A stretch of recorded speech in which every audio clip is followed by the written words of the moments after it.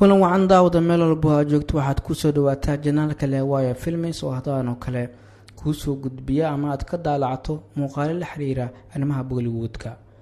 muuqaalkana maanta waxaan ku soo qaadanaynaa filimada Bollywoodka ee lagu soo bandhigay doorka Askari kuwa ugu fiican. doorarkaasi ayaa ah kuwa box office-ka guule ka gaara ama kuwa sheeka ahaan la amaanay. Bollywoodka ayaa sameeyay filmo badan oo door askari ah lagu jilay kuwaas oo qaar ayaa hirgala oo aktarada magacyadooda doorarkaasi noloshooda dhabta ah loogu yeero. haddaba aan isla aragno doorarkaas caanka noqday ee jilayaasha filmadooda ku soo bandhigeen askar meel adag oo dadka iyo dawladda difaacaya. filimka koowaad waa Talaash. hore looma arag xiiso loo qaado shaki dil ah oo baaritaan lagu sameynayo askari wiilkiisa ku waayay baaritaan xidig loo geystay. filimka labaad waa Roadirator. waa filim leh nooca shactire jacayl iyo action. Akshay Kumar ayaa kugu madadaalin doona filmo leh shactiro dabiici ah.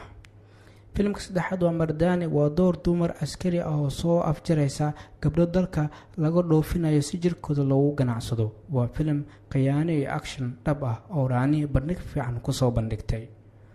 filimka afraad waa Article 15. waa filim kiis rasmi ah oo ku saabsan oo baaritaan ku sameynayo askari lagu soo bedelay xaafad kale.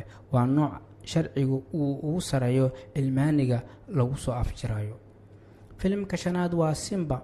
waa askari musuqmaasuq ku dhex jira laakiin la arkay halkiis oo noloshiisa bedela. waa filim madadaalo sare leh oo taxanaha filimka Singam shaqsiga ugu dambeeya ee taxanaha waxaa ku soo biiray Akshay Kumar waana filimka Surifanshi. liiska lixaadna waa filimka Singam. qofna uma sameyn karto doorka askari ka fiican Ajay Devgan. waana mid uu ku kasbaday taageero badan. waana mid taxano ah oo caan ka ah India. filimka toddobaadna waa Jangajal. filimkan ayaa ah micno bulsho dhab ah xambaarsan. waa door askari magaalo loo soo bedelayo si uu u soo afjaro musuqmaasuq, dambiyada iyo siyaasadda la xiriira. filimka ugu dambeeya sideedaadna waa Dabban. waa mid ka mid ah filimada uu samaaqan ku jilay askari midka ugu caansan.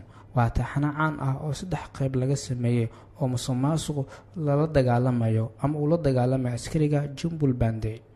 inta ayaan ku soo xirayaa muuqaalkii aan kaga hadlaynay doorarka ugu caansan ee lagu soo bandhigay askari atoora jilaayo. haddaad ka heshna la wadaag asxaabtaada.